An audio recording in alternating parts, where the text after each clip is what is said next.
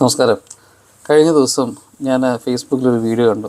ഒരു കുളത്തിൽ കുറേ താമരകൾ ഇങ്ങനെ ചെളി പിടിച്ച് കിടക്കുകയാണ്.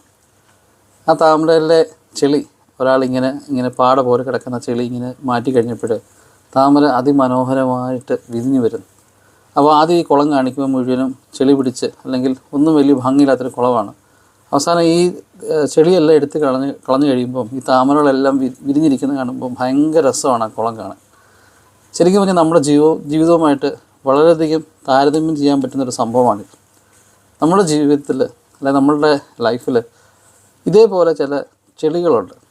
ഈ ചെളികളെന്ന് പറഞ്ഞു കഴിഞ്ഞാൽ ചിലപ്പോൾ നമ്മുടെ സ്വഭാവമായിരിക്കാം, നമ്മളുടെ കൂട്ടുകാരായിരിക്കാം, നമ്മളുടെ വീട്ടുകാരായിരിക്കാം, അല്ലെങ്കിൽ നമുക്ക് വേണ്ടപ്പെട്ട അല്ലെങ്കിൽ നമ്മളെ പലപ്പോഴും വളരെയധികം ബന്ധപ്പെട്ട് കിടക്കുന്ന ചില സംഭവങ്ങളാവാം.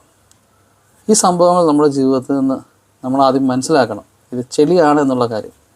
ഈ ചെളിയാണെന്നുള്ള കാര്യം നമ്മൾ മനസ്സിലാക്കി കഴിഞ്ഞാൽ ഇതിനെ നമ്മൾ കളയാൻ പഠിക്കണം. നമ്മൾ കളഞ്ഞു കഴിയുമ്പോൾ മാത്രമേ ഒരു താമര പോലെ നമുക്ക് വിരിയാൻ പറ്റത്തുള്ളൂ. ചില ആളുകളുടെ ഒരു പ്രശ്നം എന്ന് വെച്ച് കഴിഞ്ഞാൽ ഒരാൾക്ക് ചിലപ്പം ആഗ്രഹം കാണും.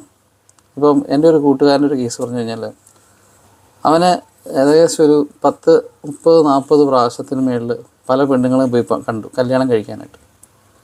അവൻ ഇഷ്ടപ്പെടുന്ന പെണ്ണുങ്ങളൊന്നും തന്നെ അവൻ്റെ വീട്ടുകാർക്ക് ഇഷ്ടപ്പെടത്തില്ല. വീട്ടുകാർക്ക് എന്നാൽ കണ്ടുപിടിക്കാൻ നോക്കുക, ഒരു പെണ്ണെ കണ്ടുപിടിച്ച് കൊടുക്കുമോ, അതുമില്ല. അങ്ങനെ ഒടുക്കം അവനെന്താ തീരുമാനിച്ചു കഴിഞ്ഞാൽ ഒരു പ്രാവശ്യം നാട്ടിൽ പോയി, ആരോടും പറയാതെ നാട്ടിൽ പോയി. അവനും അവൻ്റെ 2-3 കൂട്ടുകാരോടും പോയി 1-2 പെൺകുട്ടികളെ കണ്ടു. അതിലൊരു പെൺകുട്ടി ഇഷ്ടപ്പെട്ടു. വീട്ടുകാരോട് പറഞ്ഞു, ഈ പെൺകുട്ടി എനിക്ക് ഇഷ്ടപ്പെട്ടു, ഞാൻ കല്യാണം കഴിക്കാമെന്ന് പറഞ്ഞു. അങ്ങനെ അവൻ കല്യാണം കഴിച്ച് സുഖമായിട്ട് ജീവിക്കുന്നു. ഞാൻ ഉദാഹരണം പറഞ്ഞതേ ഉള്ളൂ. നമ്മുടെ ജീവിതത്തിൽ ഇതുപോലെ ചില അഴുക്കുകൾ കിടപ്പുണ്ട്. അവർക്കും പ്രയോജനമില്ല, നമുക്കും പ്രയോജനമില്ലാത്ത രീതിയിൽ. ആ അഴുക്കുകൾ നമ്മൾ മാറ്റിക്കഴിഞ്ഞ് കഴിഞ്ഞാൽ നമ്മൾ താമര വിരിയുന്ന പോലെ നമുക്ക് വിരിയാൻ സാധിക്കും. ജീവിതം കുറച്ചും കൂടെ നല്ല രീതിയിൽ മുന്നോട്ട് കൊണ്ടുപോകാൻ സാധിക്കും. Thank you.